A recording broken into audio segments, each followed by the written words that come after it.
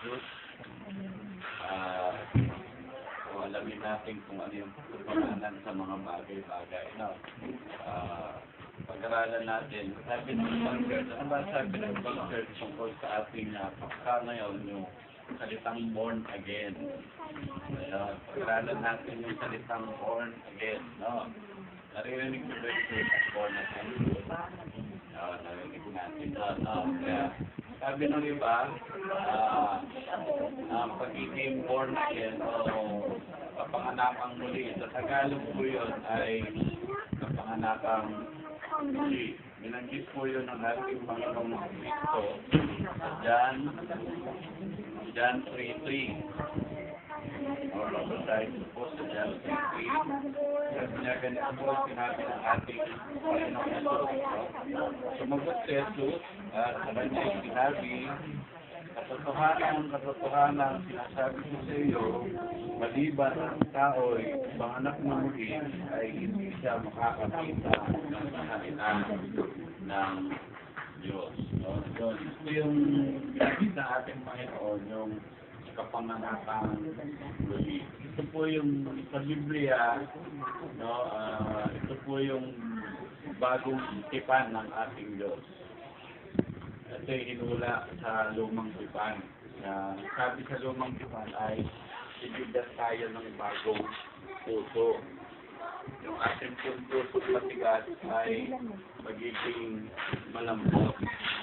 Ngayon, nangyayari lang yun kapag tayo ay nakaranas ng tinatawag na born again o kapanganakang muli. Yun. Kaya sa iba, sabi nila, ang kapanganakang muli, sabi ng mga churches, paano raw mapanganakang muli, sa kanila ay bautismo sa tubig. Yun yung sabi ng Christian Church, ang kapanganakang muli o pagiging born again daw, dapat mabautismo ka daw sa tubig. Tignan natin kung yung ba talaga ang tinuturo ng Biblia na kapag ikaw ay nabautismo sa tubig, ay born again na. Sa Bible po ay ang pagiging born again ay sa pamamagitan ng salita ng Diyos. Gaya po ng sinabi ng ating Panginoon ito Kristo dito, sa iba gaya sa Romano Katoliko, para daw ma-born again ka o maipanganak ng muli, kailangan ka daw bautismuhan sa tubig o binyagan. Tignan natin kung ano ba ang turo ng Biblia.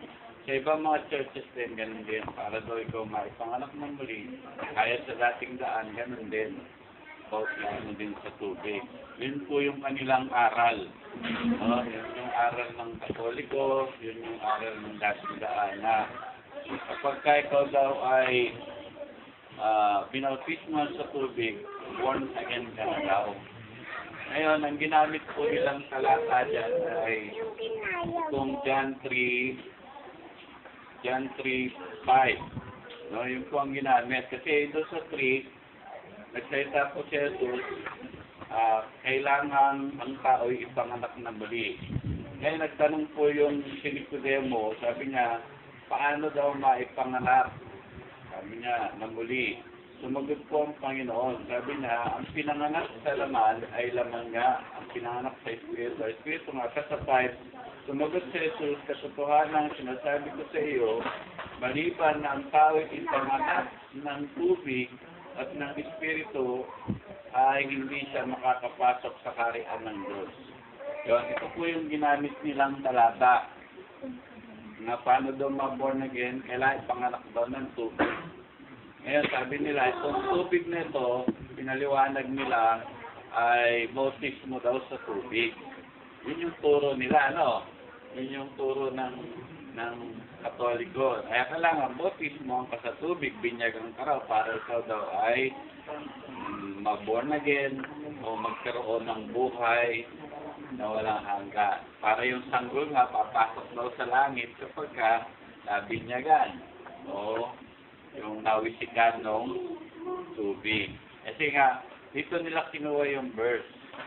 No, dito sa tubig, salitang tubig. Alam nyo, ano ang kahulugan ng Biblia patungkol doon sa tubig o paano ma-born again? Yung tubig po rito ay ginawa kasi nilang literal. O, literal na tubig. Bawa, babautismo ka ng literal na tubig. Bawa, sa swimming pool, o kaya sa dagat. So, pag nabautismo ka daw, born again ka na. Kaya sabi nila, ang nagpapaborn again ay yung tubig, literal. Kaya doon sa Katoliko, no, sa Romano, bibinyagan, wiwisikan nung tubig. Hindi naman nilulubog eh, winiwisikan ng tubig. Yung sanggol, winiwisikan. Kaya sabi nila, yun daw ang nagpapa-born again. So, kaya kailangan ng tubig. Ngayon, ano kaya yung kahulugan ng Biblia kung paano maipanganak na muli? Ano yung tubig na ito? Tignan natin sa Santiago 1. Tignan natin sa Santiago 1:18. Ganito po nakalagay. Tignan natin kung ano ba yung tubig na yon talaga. Kung literal ba yon o hindi literal. So, pinatawag na figurative lang o inihahalin tulad. No? Tayo natin sa 18. Sa kanya sariling kalooban ay kanya tayong ipinanganak sa pamagitan ng salita ng katotohanan. Paano daw na ipanganak? Sabi dito, sa pamagitan ng salita ng katotohanan. Kasi siyempre, spiritual ito. Hindi naman tayo ipapanganak sa laman ng salita ng katotohanan. No? Ang ipapanganak ng muli, yung espiritu. Hindi po yung laman kasi mas malalaki na tayo eh. Kailangan namang papasok na tayo sa tiyan ng nanay natin. Tapos, ay, panganak mo nga ako ulit. Hindi naman pwede. Ang ibig sabihin ng kapanganakan muli ay yung espiritu, yung puso, maipanganak na muli, yung pagkataong loob, yun ang ma-born again. Ngayon, sabi rito sa Santiago 1:18, sa kanyang sariling kalooban ay kanya tayong ipinanganak sa pamagitan ng salita ng katotohanan.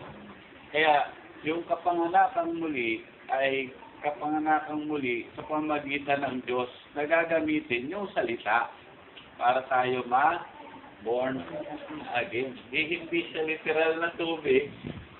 No? Yung tubig ay ibig sabihin salita po ng Diyos yun.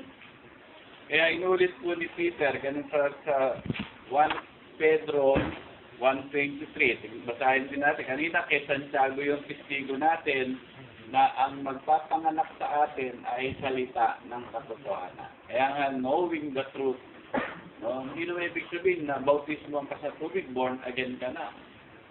Gaya ng Katoliko, yung bata, nawisikan ng tubig, ibig sabihin yung bata, born again na. No? O kaya yung ilulubog yung tao, born again na ba? Ang sabi ay sa pamagitan ng salita ng katotohanan. Yung tayo magpapanak. Inulit niya ni Pedro. Si Pedro naman ang ating saksi. Yamang pinanganak kayong muli, hindi sa binhing nasisira, kundi sa walang kasiraan sa pamagitan ng salita ng Diyos na nabubuhay at mamamalagi. Inilin tulad yung binhi sa salita. Inalin tulad din. Sabi niya, yamang pinanganak kayong muli, hindi raw sa binhing nasisira, kundi sa pamagitan ng salita ng Diyos na hindi nasisira. Di ano yung nagpapanganak na muli sa atin? Ayon sa Biblia, salita ng Diyos. Di dalawa na yung testigo natin. Si Santiago at saka si Pedro. Santiago at saka si Pedro. Sabi ni Santiago, pinanganak kayo sa pamagitan ng salita ng katotohanan. Sabi naman ni Pedro, kayo'y ipapanganak na muli sa pamagitan ng salita ng hindi nasisira kung ginamamalagi. Di dalawa na yung testigo. Tignan naman natin si Pablo. Sa Ephesians 5. Sahin natin sa Ephesians 5:24. 25. Yun. Basahin natin sa 25. Sabi niya, mga lalaki, bigyan ninyo ang inyong asawa, gaya naman ni Kristo na umibig sa iglesia, binigay ang kanyang sarili dahil sa kanya, upang kanyang pakabanalin ito na nilinis sa pamagitan ng paghuhugas ng tubig na may salita. No? Yon. Ito, pinaliwanag na yung tubig. Ano daw yung tubig? Na may salita. Sa mga yung tubig ay hindi siya literal na tubig, kundi salita ng Diyos. Kaya sabi ni Pablo, upang pakabanalin ito, yung iglesia daw, tayo, pababanalin, na nilinis, sabi nga, sa pamagitan ng paghuhugas ng tubig na may salita. In-interpret, yung tubig ay salita. Mayroon ng pentel, Marie. Andun sa ano mo? May kuha na. Yun, yung topic po natin na ito ay, kasi sa ibang church ay yung talaga ang kanilang paliwanag. Ang born again daw, nagpapa-born again daw, tubig. No, yun yan. Sa Romano Katoliko, sabi nila, kailangan binyagan ka para daw ma-born again. Kasi nga, ang interpretasyon nila doon sa sinabi ni Jesus Christ, yung ipanganak tayong muli sa pamagitan ng tubig, sabi niya, ay literal na tubig ang kanilang interpretasyon. Ngayon, sa pag-aaral ng Biblia, dapat ang mag-i-interpret, di ba, Biblia, hindi yung tao. Kasi sila nag-interpret, sila nagpaliwanag eh. Sabi nila, kailangan daw kayong mabautismoan sa tubig. Gumagamit din sila ng talata, kaya lang, mali yung paliwanag. Kaya, ang turo nila ngayon, kailangan kayong mabinyagan para daw kayong ma-born again. Kasi, ang naboborn again po ay yung puso, hindi po yung laman. Hindi naman maboborn again yung laman eh. Yung laman natin, hindi maboborn again. Kaya ito, malalaki na tayo. Hindi man tayo papasok doon sa nanay natin, tapos lalabas tayo. Kasi, ito yan eh. Ito yung tao eh. Yan yung tao eh, di ba? Ito yung espiritu, kunyari yung puso, no? Yan. Ito yung kaluluwa. Yan yung kaluluwa eh. Yan. Ito naman yung espiritu. Espiritu. Ito naman yung katawan. Yan. Tatlo yung three dimension of man eh. Spirit, soul, and body. Ngayon, hindi naman pwedeng ang body natin ang mapanganak na muli. Hindi naman pwede yung katawan. Diba ba? Kahit naman yung sanggol, pinanganak na, hindi naman pwedeng ibalik eh. No? Tapos sige, mapanganak ka muli. Kaya ang mapapanganak na muli na sinasabi sa Biblia, ito po yung espiritu. Hindi yung kaluluwa. Yung isip yan eh. Hindi naboborn again ang kaluluwa. Ang naboborn again ay yung espiritu, yung pagkataong loob. Pag sinabing espiritu, may tao sa katawan. Yun yung taong loob. Sabi niya, ganda naman ang loob ng tao na yan. May tao doon. Hindi yung katawan yung tao na talaga. Ang tunay na tao, yung nasa loob. Ngayon, yun yung nagpapaborn again. Ngayon, kaya bang maborn again ito sa magitan ng tubig? So, kasi nga binanggit daw ni Jesus Christ yung salitang tubig. Na in-interpret naman ng iba ng tubig daw na ito ay bautismo sa tubig. Ano kasi, sa pamagitan ng bautismo sa tubig, sabi ng ibang church born again ka daw. Ano naman ang sabi nga ng Biblia? Hindi po yung tubig na literal ang nagpapaborn again. Ang nagpapaborn again sa tao ay salita ng Diyos, huhugasan ka. Kapag nakapakinig ka, nag-aaral ka ng salita ng Diyos, huhugasan ng Diyos yung espiritu natin sa pamagitan ng pakikinig ng salita ng Diyos. Kaya mahuhugasan ito ang puso. Doon na yun siya maboborn again. Hindi yung pag binautismo ka sa tubig, ilulubog ka. Kasi ang ibig sabihin ng bautismo sa tubig, bautismo, lubog. Kaya sabi nila, ilubog ka raw. Yung sa Katoliko naman, wisik, hindi lubog. Wisik, tubig pa rin yun. Alam nila, yun na yung nagpapaborn again. Dapat Kaya nga yung church na to ay knowing the truth. Ano ba sabi ng Biblia patungkol doon? Yun nga, ang sabi ng Biblia, yung tubig na binanggit ni Jesus Christ, ulitin ko lang po yung pagbasa, no? Dito kasi nila kinuha yung paano daw ma-born again eh. Doon sa sinabi ni Jesus Christ na tubig. No, nagtanong kasi yung Pariseo kung paano ma-born again. Sinagot siya ni Jesus Christ, ito nga. Sumagot si Jesus, katotohanan, sinasabi ko sa iyo, maliban ng tao'y ipanganak ng tubig at ng Espiritu ay hindi siya makakapasok sa kaharian ng Diyos. Kaya sabi ni Jesus sa Nicodemo, kailangan tayo ipanganak ng tubig. Ngayon, hindi po literal ito, yung tubig. Kasi baka mamaya basahin ninyo, sabihin nyo tubig na nasa drum, tubig na nasa gripo, o tubig sa dagat, tubig sa swimming pool, o kung ba pwedeng tubig na pwedeng paglubugan. Tubig, no, dagat, o kasapa kung pwede, o kaya kung malinis-linis. Yun yung nilulubugan, no? Kasi tubig, kaya sabi nila ngayon, doon daw yung nagpapabon again, tubig. Literal. Hindi nga tubig literal eh. Kasi in-interpret nga ng Bible, no, gaya ng binasa natin, 1 Peter 1:23, sabi niya, yabang pinanganak kayong muli. Binanggit ni Pedro, sabi niya sa kausap niya, kayo'y pinanganak na muli. Tapos binanggit na paano? Sabi niya, hindi sa binhing nasisira, kundi sa pamagitan ng salita ng Diyos na nabubuhay at namamalagi. Kung iso-shortcut natin, sabi nga, paano daw tayo anak ng muli?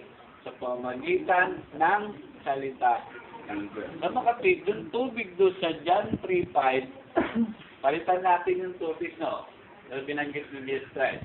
Yamang pinanganak kayo ng tubig, sabi niya, di ba? Palitan natin yung tubig.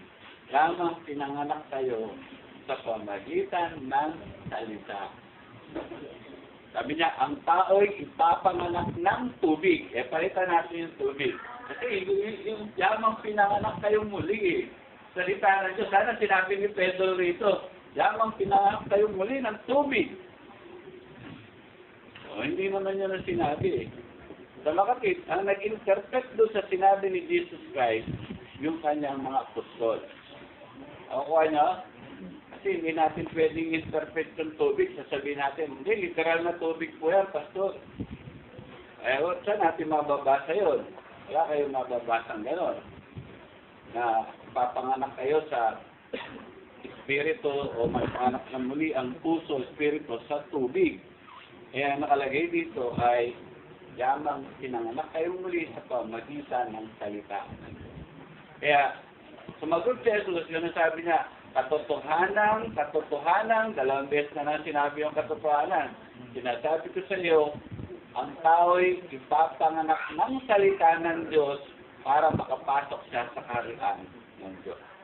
Kaya salita ng Diyos po yung tubig, no? Hindi po yan literal. Sa Bible, parang yung binhi, figurative lang. Inihahalin tulad. Kasi yung tubig kasi naguhugas ng katawan. Pero yung Espiritu, hindi mo mahugasan ng tubig yun. Ang makakahugas doon, dahil figurative ka, inihalin tulad, ang salita ng Diyos ang maghuhugas sa akin, sa puso. Kaya, hindi pwedeng bautismo sa tubig, kasi literal yung tubig doon sa bautismo lulubog ka, ibig sabihin. Kaya hindi nagpapaborn again yung salitang bautismo sa tubig. Ang nagpapaborn again ay yung salita ng Diyos. Ngayon, sabi sa Bible, 2 o 3 ang saksi, ang salita ay pinatototohanan. Si Pedro yung testigo natin na nagsabi na yung sinabi ni Jesus Christ na tubig, salita ng Diyos.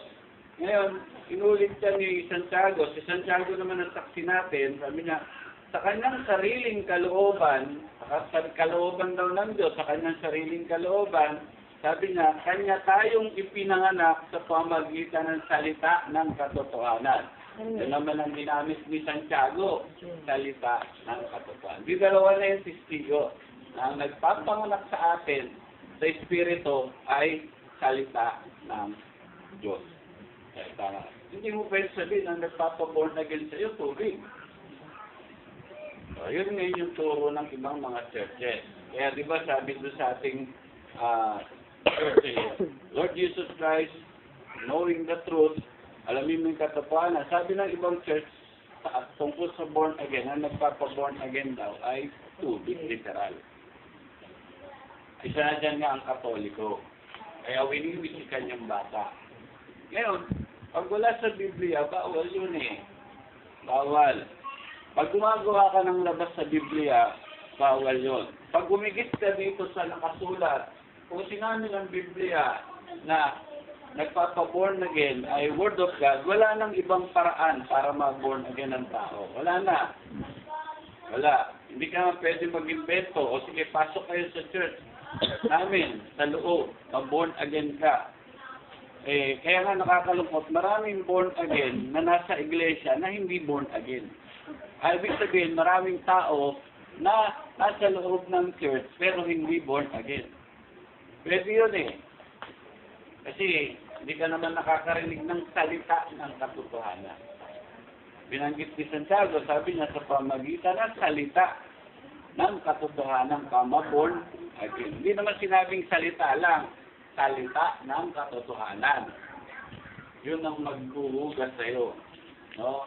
Kaya, ibig sabihin, yun lang ang paraan. No? Hindi, ginawa mo, wisik, sinunod mo yung pananampalataya ng iba na wala sa Biblia. Bawal po yun sa Biblia. Tapos nilinaw na po yan ni Pablo. Nilinaw na yan. Tingnan nyo, basahin natin. Ano kaya ang interpretasyon din ni Pablo tungkol sa kapanganakang muli? Ano ang nagpapaborn again? So sabi niya, ang iglesia daw pababanalin. Kasi tuloy ko sa 25 muna bago ko basahin ng 26. Mga lalaki, ibigin ninyo ang inyong asawa, gaya naman ni Kristo na umibig sa iglesia. Iglesia yung kausap, di ba ba? Binigay ang kanyang sarili dahil sa kanya. Binigay daw ni Kristo ang kanyang sarili dahil sa iglesia. Ang kausap ni Pablo, iglesia. Bakit ko binanggit yun? Ulihin natin ha. Upang kanyang pakabanalin ito. Sino ang pababanalin? Yung iglesia. Paano pababanalin? Nanililis sa pamagitan ng paghuhugas ng tubig. Yun, na may salita.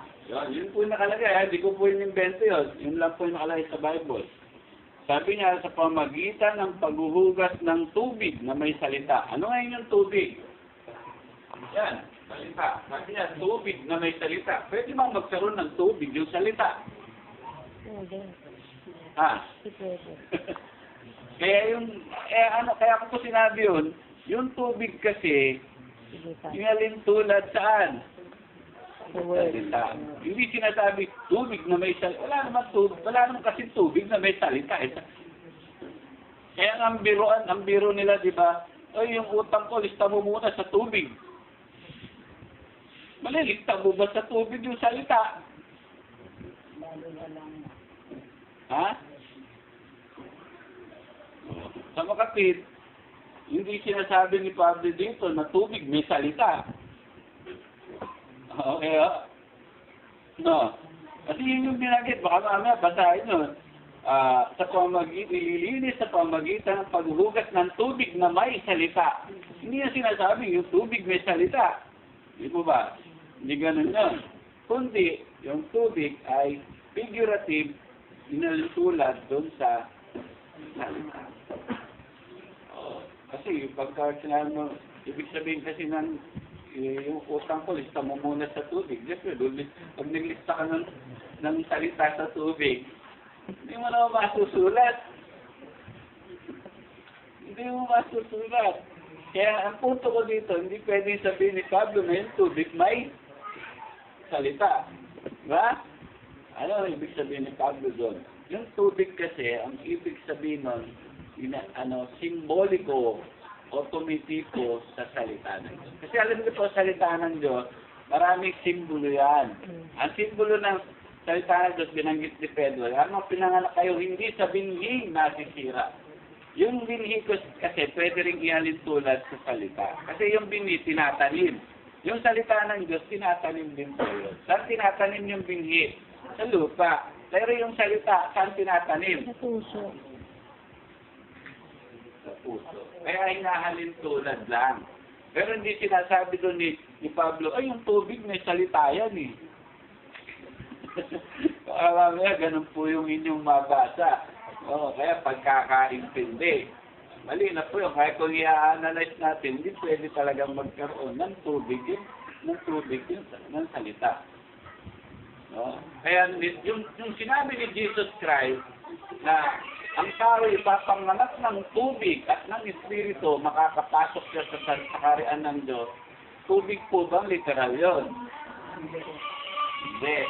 Yun, ang sabi, ayon doon sa tatlong saksi natin, ayon doon sa tatlong saksi natin, yung tubig ay salita ng Diyos. Yun ang nagpapagod. Sa Titus, tignan natin sa Tito. Kasi, baka mamaya, kaya nga, tignan nyo yung ating layunin lagi, yung maparinig natin kung ano ba talaga yung katotohanan ng aral ng Biblia. Kasi meron kayong makakausap, na mga miyembro ng ibang church na para daw ma-born again ka, magpabautismo ka sa tubig. Kasi pag may alam ka na, hindi ka na magpapabautismo sa tubig, di naman yun na magpapaborn again eh. Ang bautismo sa tubig, pagkatapos mong ma-born again. Pagkatapos ma-born again, gusto mo na magpabautismo sa tubig dahil sumasampalataya ka na kay Kristo, susunod yung bautismo sa tubig. Pero hindi ibig sabihin, sige, bautismohan mo na ako sa tubig para ako ma-born again.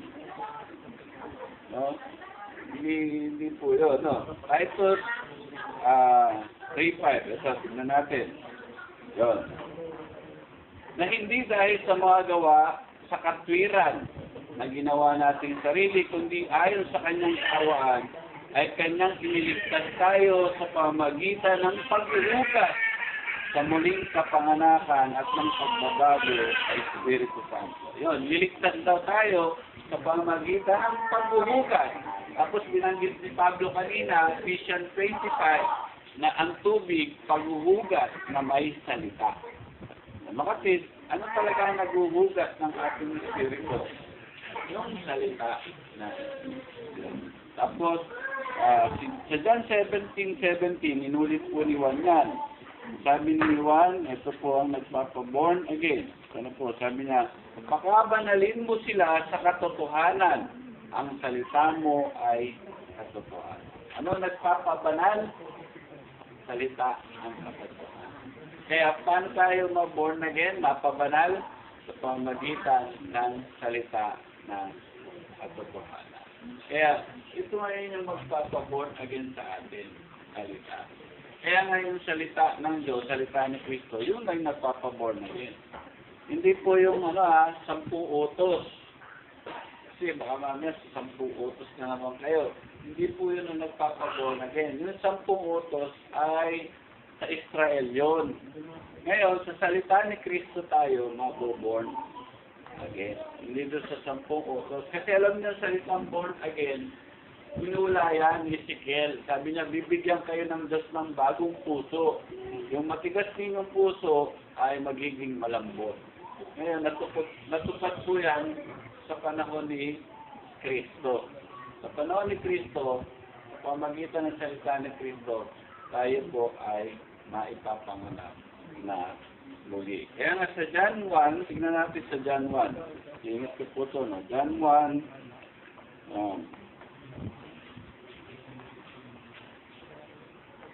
sabi niya, John 1:12, datapwat ang lahat ng sa kanya'y nagsitanggap ay pinagkalooban niya sila ng karapatang maging mga anak ng Diyos sa makatibagay sa mga nananampalataya sa kanyang pangalan. 17, na mga pinanganak na hindi sa dugo, ni sa kalooban ng laman, ni sa kalooban ng tao, kundi ng Diyos. Yun, sabi niya, tayo daw ay naging anak ng mga Diyos. Tapos sabi niya, tayo ay pinanganak, hindi raw sa dugo.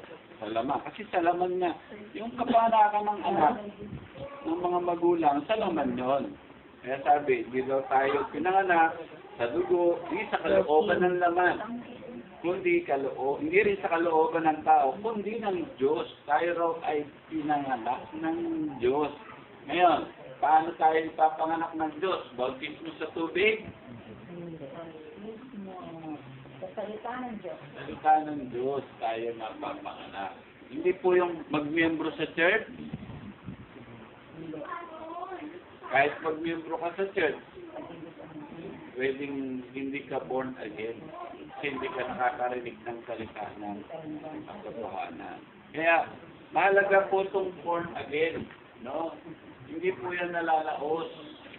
Kasi ang born again ay ipapanganak ng muli yung ating espiritu sa pamagitan ng salita ng Diyos. Hindi po yan pangalan ng iglesia. No? Hindi po yan pangalan ng iglesia. Kasi bisa akala nila, anong pangalan ng iglesia nyo? Born again. Hindi yan ang pangalan ng iglesia. Yan ay karanasan mangyayari sa tao. No, kailangan siyang makaranas ng tinatawag na kapanganakang muli. No, kailangan siyang born again. Kaya mahalaga na tayo nakakapakinig ng salita ng katotohanan. No? Yung isa kasi sabi nila, laraw yung born again. Hindi nalalaos ang born again. Tapos sabi naman ng iba, nung pumutok yung salitang born again, aba, may bagong usong reliyon na naman. So, akala nila, reliyon yung born again. Hindi. Sabi nila, ay, bagong uso na naman yung born again. Bago, meron naman bagong uso reliyon, born again. Hindi po yung bagong uso. Matagal na po yan sinabi ni Kristo sa John 3:3. Sabi niya, katotohanan, sinasabi ko sa inyo, maliban ang panganak na muli ay hindi makakakita ng kaharian ng Diyos. Kaya, isa sa iglesia ni Kristo, di ba? Baka sasabihin ng iglesia sa inyo ni Kristo, uy, pag miyembro kayo sa amin, ligtas kayo. Hindi nga yun na nagpapaligtas. Ang magmiyembro sa iglesia ni Kristo. Ang nagpapaligtas ay born again. Yun ang magliligtas. Hugasan yung puso natin. Kahit na magmiyembro ka sa isang church, hindi yun ang kaligtasan. Kailangan daw, papasukan mong pangalan, iglesia ni Kristo. Kung hindi raw, di kaligtas. Ngayon, ibig sabihin, ang mahalaga dito ay, ano man yung pangalan ng church, no? Pero ikaw ay na-born again sa salita ng Diyos. Yun yung mahalaga. No? Kung alam mo, yun na yung naipangalan mo. Hindi mo naman pwedeng palitan na yun eh. No? Yun na, papalitan mo pa ba? Ang mahalaga, anumang, halimbawa, nasa Romano Katoliko ka. Ang tanong, born again ka ba? Baka hindi. Ang mahirap yun. Kasi nga, doon pa lang sa sinunod na salita ng Diyos, nagkamali na sila eh. Kaya hindi ibig sabihin, Romano Katoliko, born again. Pwedeng Romano Katoliko sila, pero hindi sila born again. Kaya mahalaga, ma-born again. Yun yung ano. Kasi, ang daming ano yan eh. Ang daming paniniwalang mali eh. Sasabihin nila, kasi maliligtas ka, 10 utos, sundin mo. Hindi nga, yun eh, sa Israel yun, dahil wala namang born again sa lumang tipan eh. Walang born again sa lumang tipan. Si Adan, hindi born again. Walang born again doon. Sa lumang tipan ng Israel, hindi din born again. Ang born again, sa panahon natin ngayon, nung dumating si Kristo, 2,000 taon na nakakaraan, doon na nag-umpisa ang born again. Kaya doon pa lang sa John 3:6. Kaya nga sabi ni Pablo, kaya kung ang sino man ay na kay Kristo, siya ay bagong nilalang. Ano yung naging bagong nilalang? Kasi yun, hindi naman yung katawan eh. No? Ano ba nagiging bagong nilalang? Sabi nila kasi ganito, bagong nilalang. Wala na raw yung kasalanan mo nung nakaraan. Yung diba, kung lasinggero ka, nagsusugal ka, di na wala na nga yun. Pero nagkakasala ka pa rin eh. Ngayon, nagkakasala tayo, nakakarinig tayo ng salita ng Diyos. Hindi ba tayo born again? Born again. Meron lang tayong pinangahawakan salita ng Diyos. Sabi, ipapahayag mo yung kasalanan. Pero pag pinahayag mo sa Diyos ang kasalanan mo, born again ka pa rin. No, hindi nagbabago yun kasi nakakarinig ka na ng salita ng katotohanan. Born again ka pa rin. No? Hindi yung, kala nila, ang dating bagay nagsilipas na. Ano yung lumipas doon? Alam mo kung ano yung lumipas doon? Kasi ang puso dati madumi. Ano, ganyan. Wala pa si Kristo. Di madumi. Ang Israel noon, maghahandog ng hayop. Pero yung puso nila madumi. Matigas. Kaya nga sabi sa hula, bibigyan ko kayo ng bagong puso. Kaya nga walang born again noon sa Israel. Ngayon, nagiging napapatawad ang kanilang kasalanan pag naghandog ng hayop, dugo ng hayop. Ngayon, sa panahon ngayon, dugo ni Kristo ang inhandog. Pag naniwala ka, yung sin mo, yun na. Yung sin, yung kasalanan, mawawala. Ayun, mawawala yung kasalanan.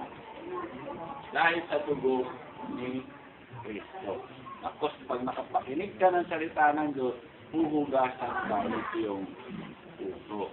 Kaya pagbugas ng kasalanan, nakakagawa pa rin naman tayo ng kasalanan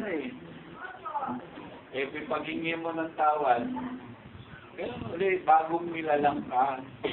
Kasi ang nagiging bagong nilalang, siyempre ito, yung espiritu. Hindi naman nagiging bagong nilalang yung katawan Yung katawan. Kaya ang tanong, ano yung nagiging bagong nilalang? Yung espiritu. Hindi po yung katawan. Kung ikaw dati, hindi ka pa born again, yung mata mo itim na, hanggang ngayon, mata mo itim pa rin. Wala nabago sa katawan pag na-born again tayo. Ang nababago ay puso kasi nahuhugasan ng salita ng Diyos. Yung kasalanan ng nakaraan, wala na. Pero, sa paghugas ng tubig na may salita, nababago, napapabanal yung iglesia. Kaya yun yung magpapaborn again. No? Yung tinatawag na pakikinig at pag-aaral ng salita ng katotohanan o salita ng Diyos. Kaya, knowing the truth, ano po ba ang sabi ng Biblia? Ang born again ba ay, nagpapaborn again ba ay baptism mo sa tubig o literal na tubig? Hindi po yun. Ang nagpapaborn again ay salita ng Diyos. At sa umagang ito, salamat sa Diyos, meron po tayong ngayon natutunan at purihin po. Meron kayong question? Meron kayong tanong? Sige, magtanong lang kayo. Sige. May pumunta, bago ba yung nalagdasa?